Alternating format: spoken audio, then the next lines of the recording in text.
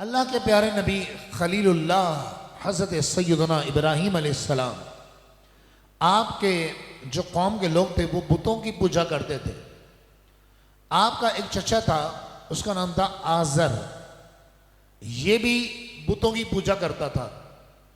تو ایک دن آپ نے دیکھا کہ وہ بتوں کی پوجا کر رہے ہیں، تو آپ نے ان سے فرمایا کہ یہ تم کہاں بیٹھے ہو، یہ کس کے سامنے چکڑی مار کے بیٹھے ہو؟ یعنی یہ جو بت ہیں جو درندوں پرندوں اور انسانوں کی صورت میں بنے ہوئے ہیں، ان کے سامنے تم کیا کر رہے ہو جن کی تم عبادت پر جمے بیٹھے ہو؟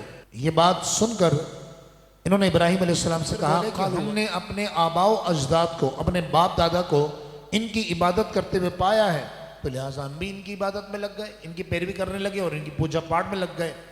ابراہیم علیہ السلام نے بڑا ہی پیارا جواب ارشاد فرمایا، بے شک تم اور تمہارے باپ دادا سب کھلی گمراہی میں ہو۔ تو یہ لڑنے لگی ابراہیم علیہ السلام سے، وہ کہنے لگے جی آپ ہمارے بتوں کو برا بول رہے ہیں، کیا آپ کوئی حق لے کر آئے ہیں ہمارے پاس یا آپ ہم سے کھیل کر رہے ہیں؟ ابراہیم علیہ السلام فرمایا تمہارا رب وہ ہے جو آسمان و زمین کا رب ہے، جس نے آسمانوں اور زمین کو پیدا فرمایا ہے۔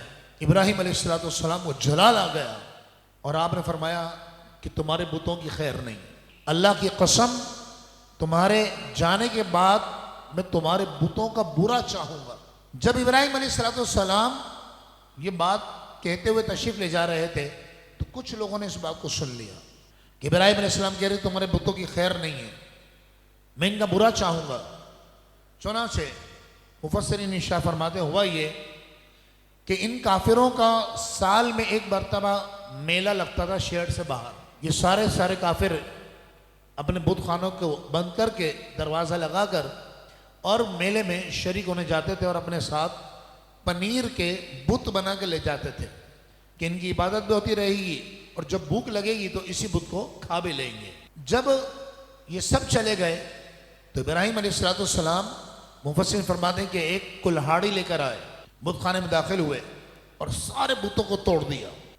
اس میں چھوٹے چھوٹے بت تھے، درمیانے درجے کے بھی تھے، لیکن ایک بت جو ان کے یہاں بڑا معظم تھا، وہ سب سے بڑا اس کا قد تھا، اس بت کو چھوڑ دیا، اس کو کچھ نہیں کہا، باقی سارے بتوں کو توڑ پھوڑ دیا اور آخر میں کیا کیا کہ کلہاڑا اس کے بت کے کندھے پہ لٹکا کے آپ باہر تشریف لے آئے۔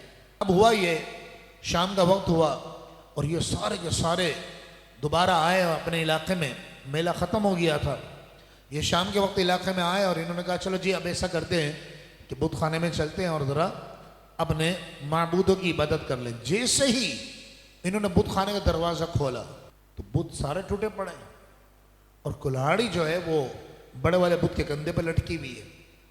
تو یہ رونے پیٹنے لگے، کہنے لگے قالو ہمارے خداؤں کے ساتھ یہ کس نے کیا ہے؟ بے شک وہ ضرور ظالموں میں سے ہے۔ تو ابراہیم علیہ السلام نے جو فرمایا تھا نا میں تمہارے بتوں کا برا چاہوں گا، میں تمہارے بتوں کا برا چاہوں گا، یہ بات کچھ کافروں نے سن لی تھی۔ تو کچھ کافر کہنے لگے کہ ایک نوجوان ہے، ہم نے اس سے ان کا برائی سے ذکر کرتے ہوئے سنا تھا کہ وہ بتوں کو برا بول رہا تھا، بھئی اس کا نام کیا ہے؟ اس کو ابراہیم کہا جاتا ہے۔ کہنے لگے اچھا جی ٹھیک ہے، اگر ایسی بات ہے تو بلاؤ، لوگوں کے سامنے پیش کرو ابراہیم کو۔ جیسے ابراہیم علیہ السلام تشریف لائے، اب دیکھیں سوال دیکھیں کہ ان کفار نے ابراہیم علیہ السلام سے سوال کیا کیا اور اللہ کے نبی حضرت ابراہیم علیہ السلام نے کیا جواب دیا۔ انہوں نے سوال کیا اے ابراہیم کیا آپ نے ہمارے خداؤں کے ساتھ یہ کیا ہے؟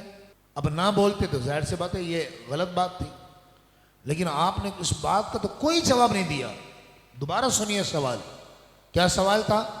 ابراہیم کیا آپ نے ہمارے معبودوں کے ساتھ خداؤں کے ساتھ یہ کیا ہے؟ تو آپ نے اس بات کو تو کوئی جواب نہ دیا بلکہ ایک مناظرانہ شان سے ایک عجیب و غریب حجت قائم کی اور پتہ ہے کیا فرمایا؟ فرمایا بھائی دیکھو کلہاڑی کس کے کندھے پہ لٹکی ہوئی ہے؟ وہ کہنے لگے جی بڑے والے بت کے۔